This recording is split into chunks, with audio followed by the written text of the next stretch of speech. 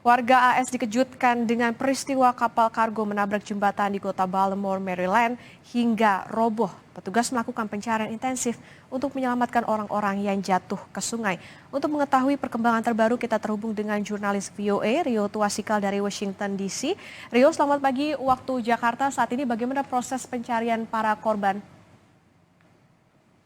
Ya, selamat sore Okta waktu Amerika Serikat. Jadi sudah 16 jam lebih sejak kejadian dan sampai saat ini sebetulnya belum ada perkembangan terbaru. Petugas gabungan masih diturunkan untuk mencari para korban yang tercebur ke sungai sedalam 55 kaki atau 16 meter ini. Dan belum ada korban baru yang berhasil diselamatkan. Angkanya masih 2 orang berhasil diselamatkan, sementara 6 masih dicari dan ditakutkan sudah meninggal dunia, Okta. Rio, lalu sebetulnya ada informasikah soal penyebab atau kenapa tabrakan ini bisa terjadi? Iya, petugas masih menginvestigasi penyebab pasti kenapa tabrakan ini bisa terjadi, namun media lokal mengutip laporan intelijen yang tidak rahasia dan menyebut bahwa kapal tersebut ketika meninggalkan pelabuhan Baltimore itu kehilangan daya dorongnya. Jadi kapalnya itu kalau kita lihat kan harusnya melewati kolong jembatan. Tapi kapalnya oleng ke kanan sehingga malah menabrak struktur begitu sehingga ambruk. Namun itu semua masih dalam proses investigasi, namun pihak berwenang memastikan bahwa ini bukan serangan teror, melainkan kecelakaan. Okta. Masih dalam pendalaman, lantas sektor apa saja yang terdampak dari adanya kecelakaan ini, Rio? Mhm. Yang paling terdampak pertama paling terasa adalah tentunya ekspor otomotif Amerika. Jadi kota Baltimore di negara bagian Maryland ini berjarak 60 km dari ibu kota Amerika Serikat dan merupakan salah satu kota pelabuhan penting bagi Amerika. Pelabuhan di Baltimore ini merupakan pelabuhan tersibuk di Amerika untuk pengiriman mobil.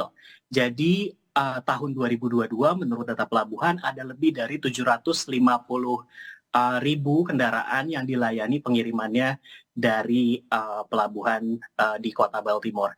Pengamat memperkirakan sudah mengestimasi kerugiannya sudah mencapai jutaan dolar atau miliaran rupiah dan kerugian totalnya itu akan sangat bergantung dengan berapa cepat sebetulnya pemerintah membangun kembali jembatan dan juga membersihkan puing-puing dari perairan di sekitar pelabuhan sehingga pelabuhan bisa beroperasi normal kembali dan pengamat memperkirakan ini memakan waktu beberapa minggu, Okta. Nah tadi kerugian ini kan berdasarkan seberapa lama pengerjaannya saat ini, update seperti apa upaya perbaikannya, lalu diperkirakan atau durasinya ini kira-kira berapa lama untuk perbaikan jembatan runtuh tersebut? Iya, ya hal ini sebetulnya ditanyakan oleh wartawan kepada wali kota Baltimore dalam konferensi pers, namun dia menyatakan masih terlalu dini untuk membahas berapa lama atau upaya pembangunan ulang jembatan. Alih-alih wali kota Baltimore menegaskan saat ini petugas masih fokus mencari korban dan juga keluarga para korban atau mereka yang terdampak. Barulah kata dia setelah itu baru kita mulai membahas mengenai proses pembangunan ulang berapa lama dan bagaimana. Namun demikian di Washington DC di Gedung Putih, Presiden Amerika Joe Biden sudah memberikan pernyataan. Dia menegaskan bahwa pemerintah pusat, pemerintah federal akan menanggung seluruh biaya pembangunan ulang jembatan di Baltimore ini dan dia berharap bahwa Kongres AS akan menyetujui proposalnya. Oke.